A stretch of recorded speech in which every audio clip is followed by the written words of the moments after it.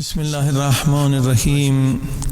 حرم پاک حضرت معصومہ فاطمہ سلام اللہ علیہا کی بارگاہ سے یہ نورانی دعاؤں کا پروگرام آپ دیکھ رہے ہیں۔ حدیث پاک میں بھی ہے کہ دعا جو ہے یہ تمام انسان کی مشکلات کا حل ہے، دنیا کی مشکلات ہوں یا آخرت کی مشکلات ہوں، دعا کے ذریعے سے آپ کی ساری مشکلات حل ہو جاتی ہیں۔ یہاں تک حدیث پاک میں ہے کہ دعا سے انسان اپنی تقدیر کو بدل سکتا ہے، اور آخرت کی جو مشکلات ہیں ان کا نجات کا ذریعہ بھی دعا ہے۔ دیکھیے، ہر انسان نے مرنا ہے، موت سے کوئی بھاگ نہیں سکتا، ہر ایک انسان نے قبر میں جانا ہے۔ اگر قبر میں کوئی عذاب بھی اللہ کی طرف سے نہ ہو، حالانکہ جو عذاب ہے ہم خود بھیجتے ہیں، خدا تو رحمان و رحیم ہے، کسی کا حق کھاتے ہیں تو وہاں آگ بنتی ہے، گالی دیتے ہیں تو وہاں بچھو بنتے ہیں۔ اگر یہ کوئی بھی عذاب نہ ہو، صرف تنہائی خود بہت بڑا عذاب ہے۔ لیکن جن لوگوں نے دنیا میں اللہ سے رابطہ مضبوط کیا ہے، جو اللہ سے بات کرنا سیکھ گئے ہیں، ان کے لیے یہ تنہائی غنیمت ہے، ان کے لیے یہ تنہائی موقع ہے کہ اپنے رب سے راز و نیاز کریں۔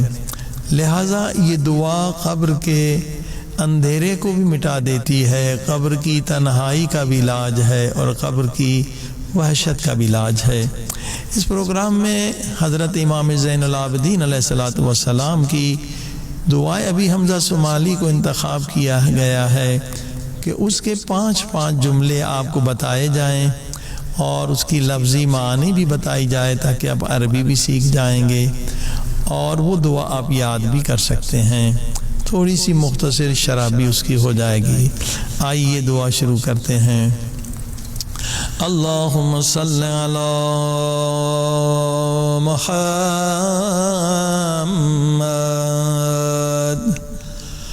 وآل محمد وعجل فرجهم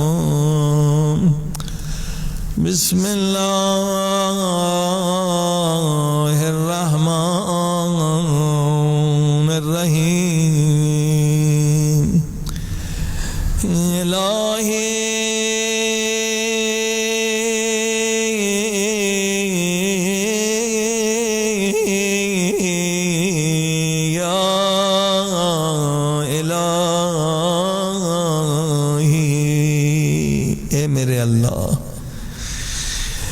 الہی لا تعذبنی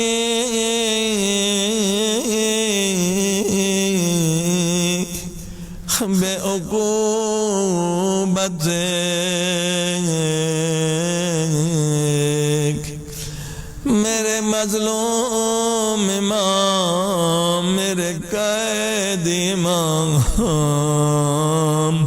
میرے بیمار امام۔ امام پاک نے ایک جملے میں سمندر کو کوزے میں بند فرمایا ہے۔ کس قدر یہ نورانی جملہ ہے، اس کی قیمت کروڑوں ڈالروں سے زیادہ ہے۔ دنیا میں کوئی مثال نہیں۔ اللہ اکبر، کیا فرماتے ہیں، اے گنہگار کس طرح سے دعا مانگ۔ الہی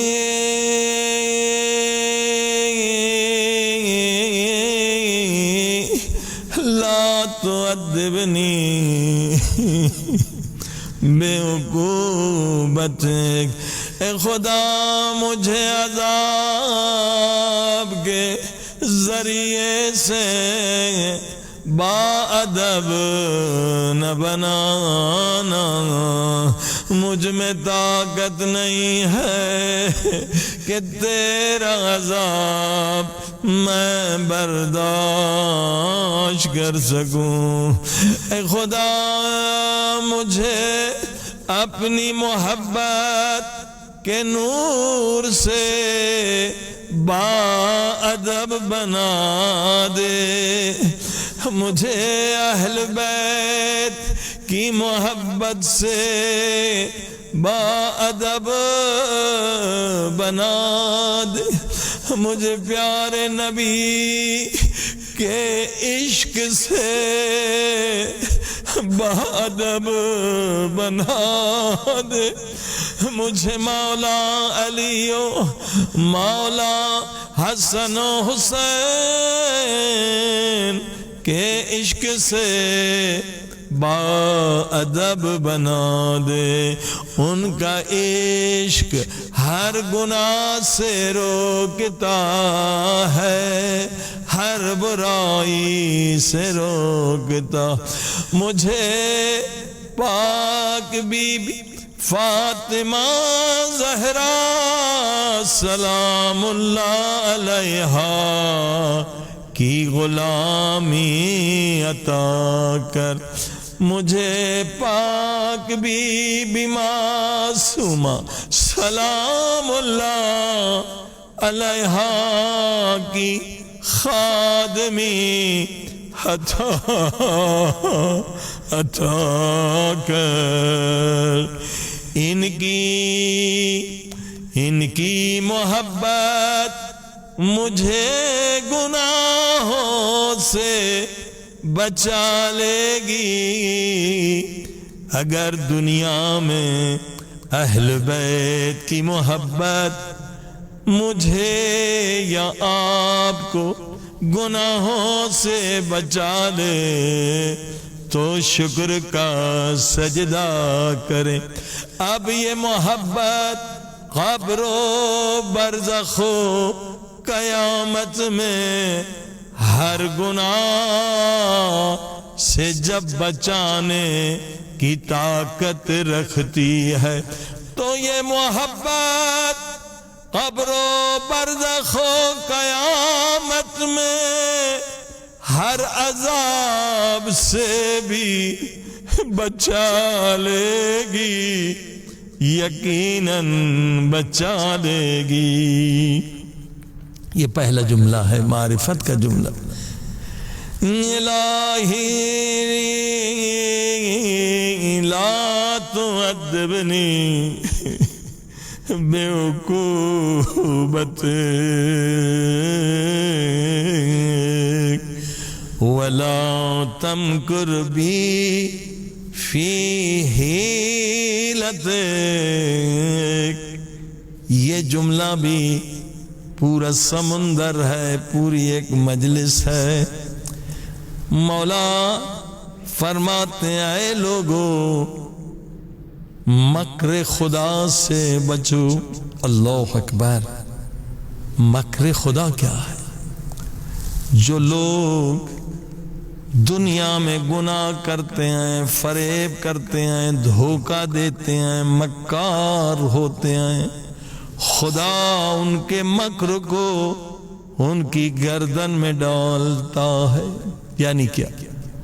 جنہیں خدا دوست نہیں رکھتا ظلم کی وجہ سے، خدا پاک نے فرمایا ظالم پہ میری لعنت۔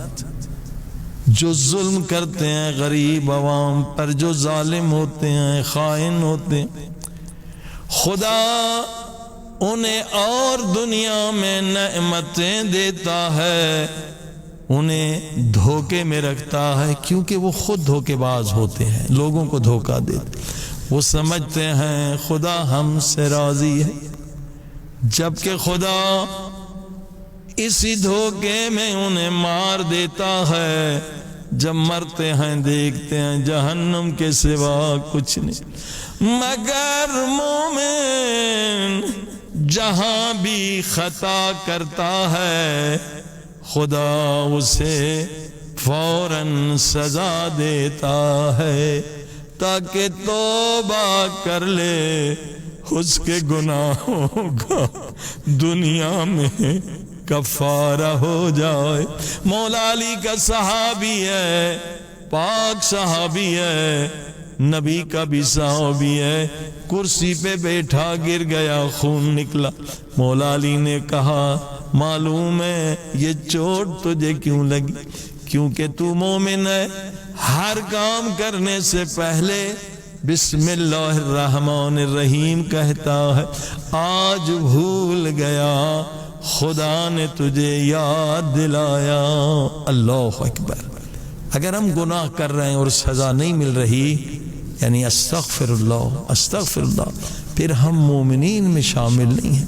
خدا مومن کو دنیا میں سزا دیتا ہے، کبھی بیمار کرتا ہے، ایک رات کا بخار اگر آتا ہے مومن کو تو خدا 1 سال کے چھوٹے چھوٹے گناہ معاف کر دیتا ہے۔ یہ اللہ پاک کا کرم ہے۔ لہٰذا دونوں جملے بہت نورانی۔ اے خدا مجھے عذاب کے ذریعے سے باادب نہ بنانا، مگر اے خدا مجھے دھوکے میں بھی نہ رکھنا کہ میں خود کو مومن سمجھ رہا ہوں جبکہ میرا کردار فرعون سے بدتر ہو، یا میرا کردار دیگر حامان، یزید، شم، کتنے لوگ دھوکے میں ہیں، ان کے اعمال ویسے ہیں، ظالم ہیں۔ یزید شرابی ہے، اگر کوئی شراب پیتا ہے تو اس کا کردار وہی ہے جو یزید کا ہے۔ لہٰذا یہ بہترین درس ہے۔ وَلَا تَمْكُرْ بِي فِي حِيلَتِكَ۔ آئیے تیسرا جملہ، یہ جملے یاد کریں، یہ قبر کا سرمایہ۔ مِنْ أَيْنَ لِيَ الْخَيْرُ۔ اے خدا خیر کہاں سے تلاش کروں اگر تیرے در پہ خیر نہیں ملے گا؟ اگر پاک بی بی معصومہ فاطمہ سلام اللہ علیہا اہل بیت کے در پہ خیر نہیں ملے گا، مجھے کہاں سے ملے گا؟ من این لی الخیر یا رب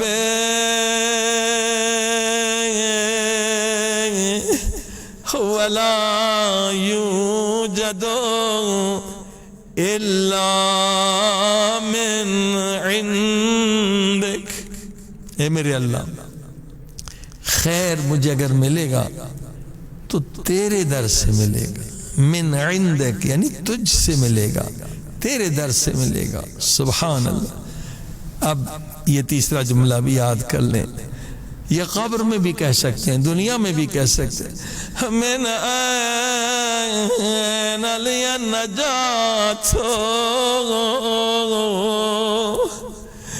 مجھے نجات کہاں سے ملے گی؟ ولا تستطاع الا بک، نجات بھی تیرے در سے ملے گی اور خیر بھی مجھے تیرے در سے ملے گا۔ اے خدا آج تیرے در پہ میں نجات لینے آیا ہوں، آج تیرے در سے خیر لینے آیا ہوں اور تنہا نہیں آیا۔ پاک بی بی معصومہ کو وسیلہ بنا کر آیا ہوں اور اس امام کی دعا پڑھ رہا ہوں، وہ مظلوم امام اس کا واسطہ دے رہا ہوں جو نہ بابا کو کفن دے سکا نہ زندان شام میں بہن کو کفن دیا۔ مجھے نہیں معلوم سجاد نے سکینہ کو کیسے کفن دیا۔ وہ مظلوم امام جسے جلتے ہوئے خیموں سے پاک بی بی زینب نے نکالا، آئے خیمے جل رہے ہیں، پاک بی بی زینب سجاد کے سرہانے آئے، سجاد بیٹا اٹھو، خیموں میں آگ لگ گئی ہے۔ سجاد نے آنکھیں کھولی، پھپھی اماں بابا کدھر؟ فرمایا گیا شہید ہو گئے۔ پھپھی اماں عباس، چچا عباس کدھر؟ بی بی زینب نے فرمایا سجاد بیٹا کس کس کا پوچھو گے، مردوں میں تیرے سوا کوئی زندہ نہیں رہا، تو ہمارا امام ہے۔ خیموں میں آگ لگ چکی ہے، خیموں میں رہے یا باہر نکلے۔ امام نے فرمایا پھپھی اماں باہر نکلے، نانا کا دین بچانا ہے، آئے دادیاں نے کھانے، پتھروں کی بارشوں سے گزرنا۔ میرے اللہ اس امام کے صدقے، پاک معصومہ فاطمہ کے صدقے، میرے اللہ ہماری دنیا بھی نورانی بنا دے، آخرت بھی نورانی۔